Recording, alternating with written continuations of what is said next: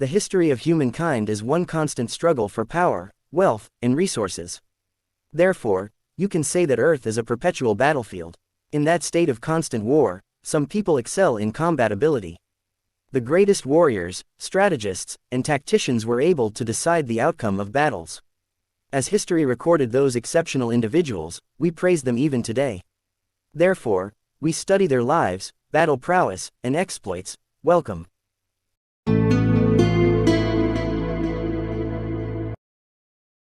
Most people don't know about historical warriors like Vercingetorix.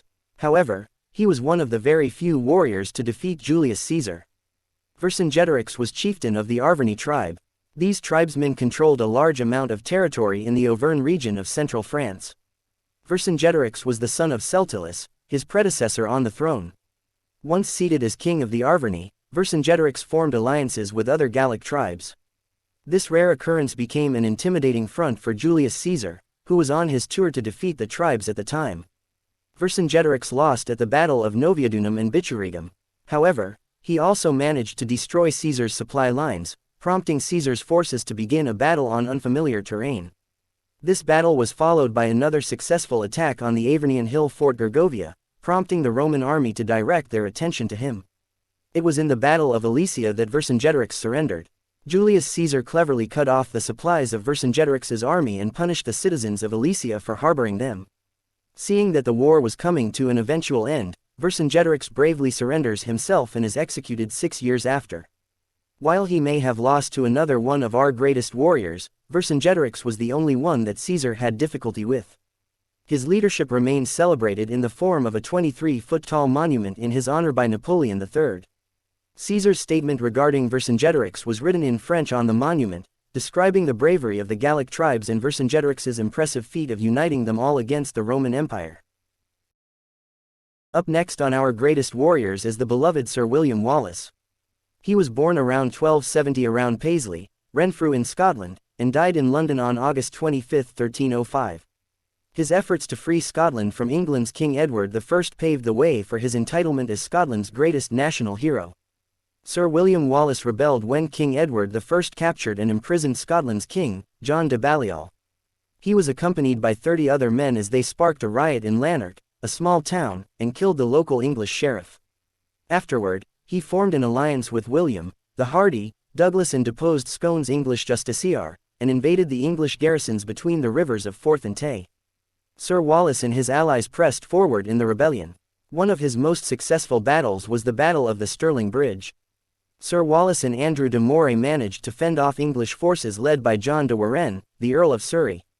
Unfortunately, Moray had perished from the battle wounds despite the success which finally freed Scotland of the English regime. Upon his return to Scotland, he was knighted with the title of the Guardian of Scotland. Sir Wallace was adept at organizing the armies and fixing the chaotic state of Scotland. King Edward I attempted to invade Scotland once more. However, his military career was ruined after Sir William Wallace made sure his army was deprived of supplies by the time they reached him.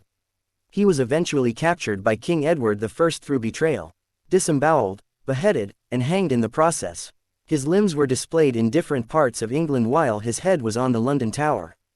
His last surviving ally, Robert the Bruce, won Scotland's independence instead.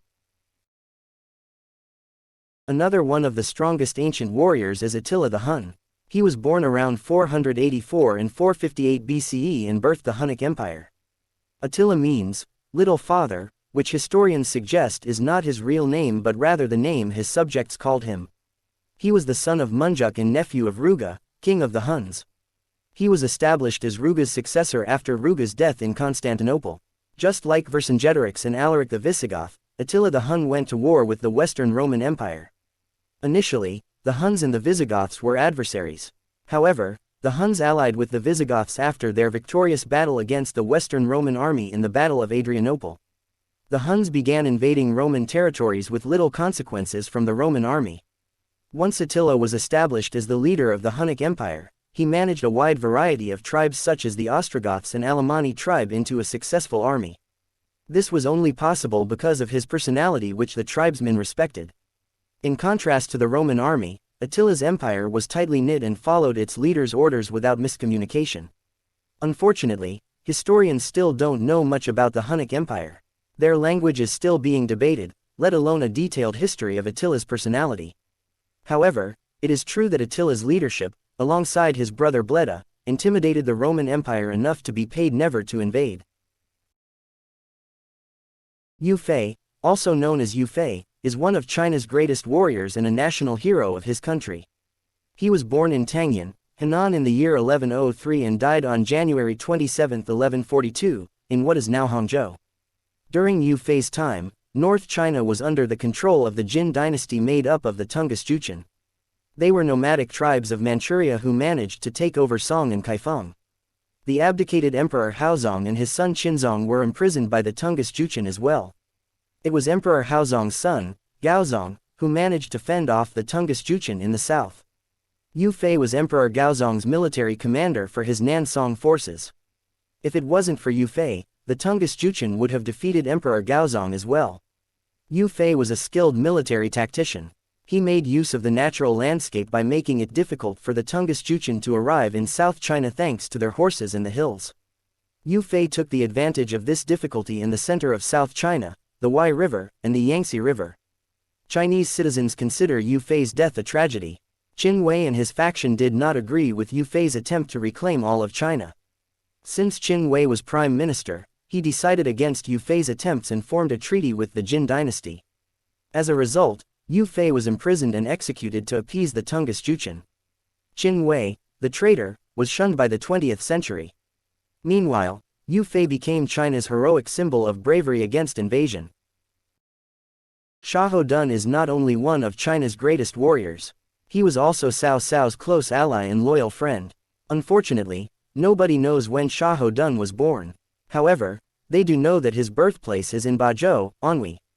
He died on June 13, 220 while serving Cao Pi, the successor of his dear friend. Records of Shao Dun describe him as a passionate man with fierce loyalties.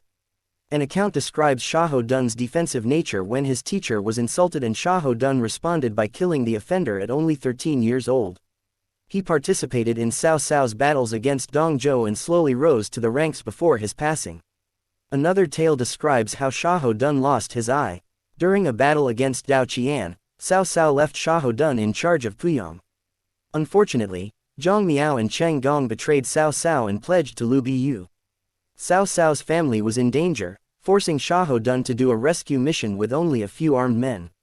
Once Cao Cao heard of this betrayal, he returned and planned for war. It was in this battle that Shao Dun lost one eye. It is said that he had swallowed it after it lost its uses. People began calling him One-Eyed Shao, which he detested. There were even witnesses to him becoming furious over his appearance. Cao Cao cherished Shao Dun's talents and fierce loyalty. Once he became a vassal king, Shao Dun was given a higher title than the others, giving the title General of the Vanguard and a garrison at Jiaoling. He dies shortly after being promoted to General-in-Chief. Next among our greatest warriors is Miyamoto Musashi. He was a Ronin, one of the types of warriors skilled with the samurai sword. However, Musashi served no lord or had any affiliation. He was born on June 13, 1645, in Higa and died during the Edo period around 1603 to 1867. Miyamoto Musashi's original name was Miyamoto Masana. However, he was also known by his pen name Nidan. This is because Musashi was also a skilled artist. Musashi first killed a man when he was 13 years old. This jump-started his career as a warrior.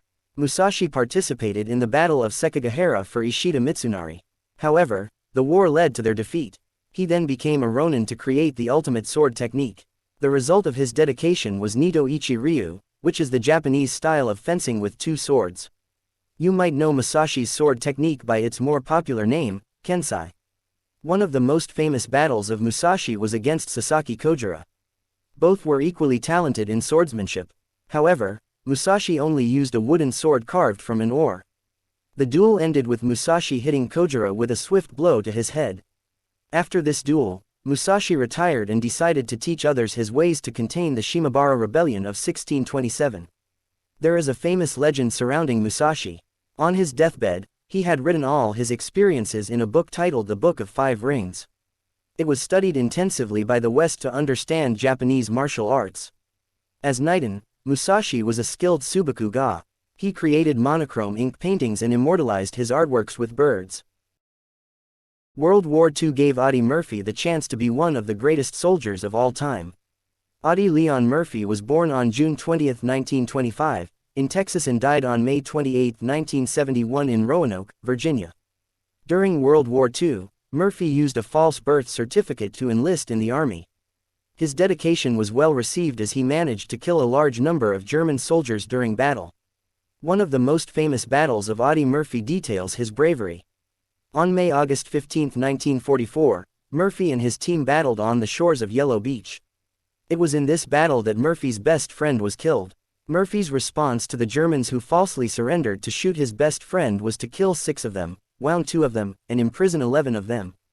Another famous battle of Murphy was during his time as a commander. Murphy ordered his troops to retreat while he climbed on a burning tank destroyer, killing 50 German soldiers and defending the border for an hour against tanks. Audie Murphy's achievements in the war were noticed by the upper brass. He received a wide variety of medals such as the Congressional Medal of Honor, making him one of the most decorated U.S. soldiers of World War II. After his time in the military, Murphy became a movie star and acted in movies such as The Red Badge of Courage, The Quiet American, and To Hell and Back. Unfortunately, Audie Murphy died in a plane crash. He was an anti-war activist, speaking about his personal experiences with post-traumatic stress disorder and speaking for the health care of veteran soldiers. Most of the greatest warriors are dominated by men. However, the same cannot be said for ancient warriors. Names like Cthulhu and Fuhau are proof of this.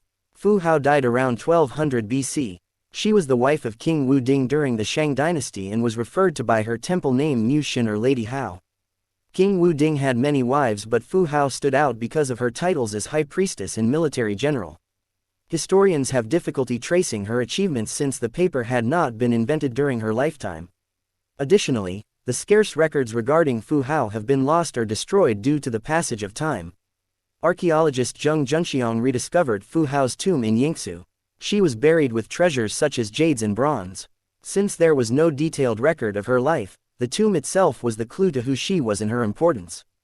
Archaeologists and historians believe that Fuhau was one of the tribeswomen which King Wu Ding married. Fuhau rose through the ranks unlike the other 63 wives of King Wu Ding. Eventually, she became recognized as one of King Wu Ding's favorite consorts. Scholars discovered that Fuhau was a general, launching several campaigns under the Shang dynasty name.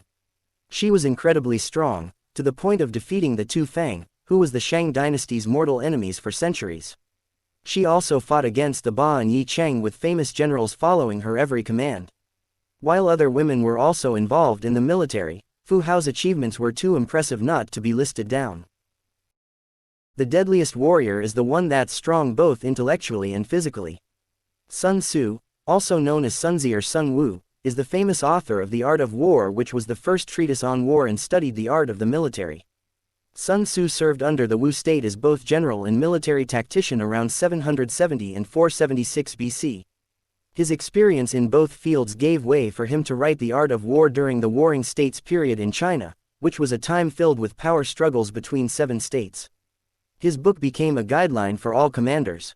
It detailed terrain use, accurate information, movements, and placements within the field of battle, all remaining effective today. It was even used by Mao Zedong to fight against the Japanese and Chinese nationalists.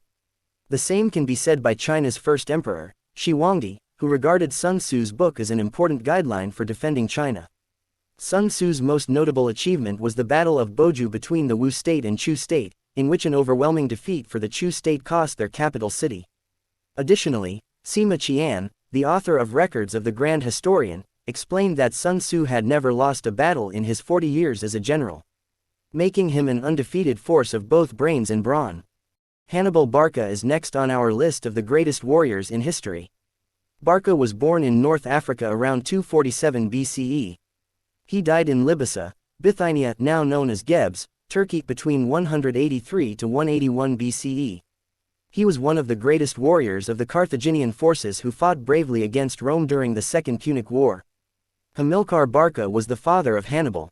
Just like his son, Hamilcar was a Carthaginian general. Historians Polybius and Livy describe Hannibal's early life as tumultuous. Hannibal was sent to Spain and forced to oppose Rome for eternity. This sealed Hannibal's fate as a public enemy of Rome up until his death. Hasdrubal's order for Hannibal was to gain more allies in Spain. He married Spanish Princess Amilce and overpowered different Spanish tribes. His career only flourished when he successfully defeated the Olcades and the Vaxii. This overwhelming victory led to his control over the Carpetani region. Hannibal's title as one of the greatest warriors doesn't just come from his skills in battle. As a military leader, Hannibal managed to transport elephants, horses, and his army in a river while defeating an ambushing tribe of Gauls. He strategically countered the Gauls' ambush and managed to retain a large chunk of his army without any further damage.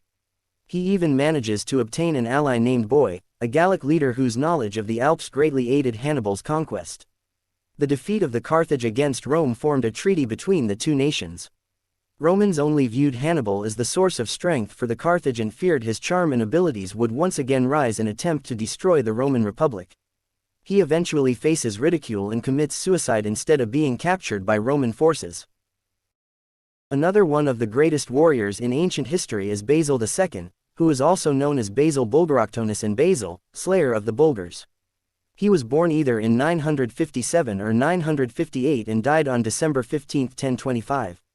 Basil II was a Byzantine emperor up until his death.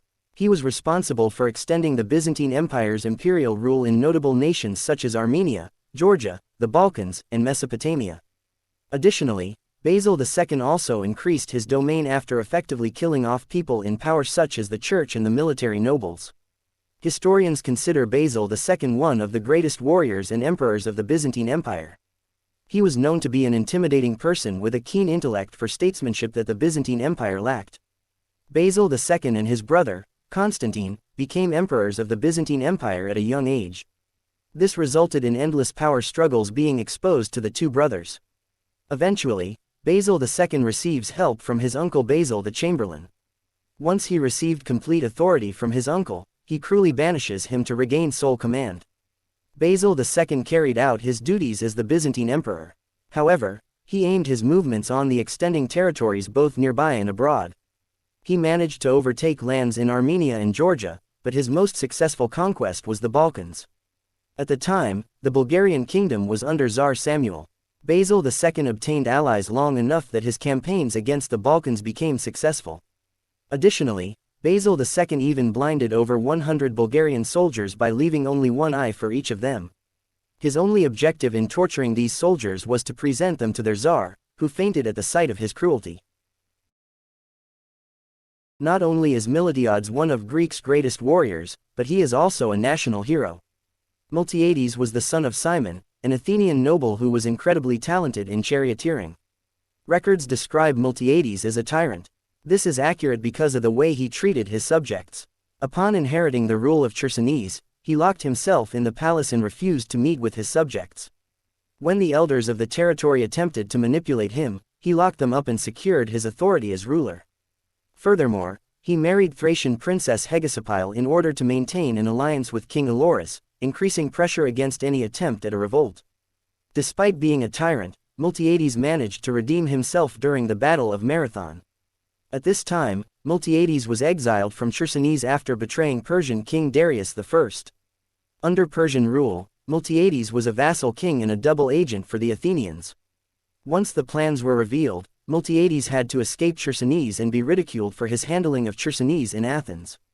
The redemption came in a battle that Miltiades planned perfectly. He removed the traditional Greek formation and created his plan by adding wing side forces instead and thinning out the front lines. The Persians weren't prepared for this and were ambushed once the wing side forces revealed themselves, securing victory for Greece. In addition, Miltiades quickly marched to Athens to deflect the Persian army before they had a chance to join Persian sympathizers. This allowed total defeat of the Persians, who sailed back home. He dies of gangrene and is imprisoned after another battle in Aegina. However, he has now been declared honorable and his burial site restored. Another excellent example of our greatest warriors is pirate Queen Tuda, also known as Teutona, mistress of the people. Nothing much is known about Teutona's earlier days, but historians have confirmed she ruled Albania from 231 to 227 BCE. Tuda was married to Illyrian king Agron, who died in 231 BCE. This begins Tuda's reign as queen regent to her stepson, Pins. However, Tuda was no ordinary queen regent. The pirate queen continued the policy of her deceased husband by expanding in the Adriatic Sea. She was one of Illyria's greatest warriors, claiming the seas and raiding merchant ships and coastal towns alike. Tuda seemed to enjoy conquering Roman and Greek ships in particular, causing her to be noticed in the Roman Republic's eyes. As a result, the Roman Republic demanded that Tuda stop her piracy. Tuda's rowdiness was under scrutiny for the Roman Republic. As a result, one of the ambassadors that the Roman Republic sent insulted her. In anger, Tuda killed the ambassador, which became the ultimate disguise to declare war against her and the Illyrian kingdom. The Romans unleashed their rage against Tuda's reign by sending an overwhelming army against Tuda, who had to accept the peace treaty that was not in her favor. Despite this defeat, she was still acknowledged by the Roman Republic as a figure that needed to be dealt with to maintain their power. Roman and Greek historians are incredibly biased when it comes to Tuda. Unfortunately, their records of her are one of the few that survived. They were misogynistic towards a female ruling the seas and therefore gave an unreliable description of her personality. The last female of our greatest warriors is Budika, the queen of the Iceni people. Budika, also known as Budika or Boudica, was a warrior queen who lived in East Anglia in England. Budika was married to King Prasutagus of the Iceni people. When the Romans conquered the southern part of England, they allowed her husband to remain as ruler. However, when King Prasutagus died, the Romans ruled the Iceni people instead and took the possessions of the tribesmen. Historians also believe that Budika and her daughters were flogged, raped, and stripped of their clothing. Budika, who sought vengeance for the dishonor the Iceni experienced, rebelled against the Roman armies. She formed alliances with other tribe members and defeated over 70,000 Roman soldiers. She defeated the Roman 9th Legion and then ruined Colchester, London, Verulamium, and the capital of Roman Britain. Eventually, the Roman army defeated her. Historians believe that Budika refused capture and chose to kill herself through poison.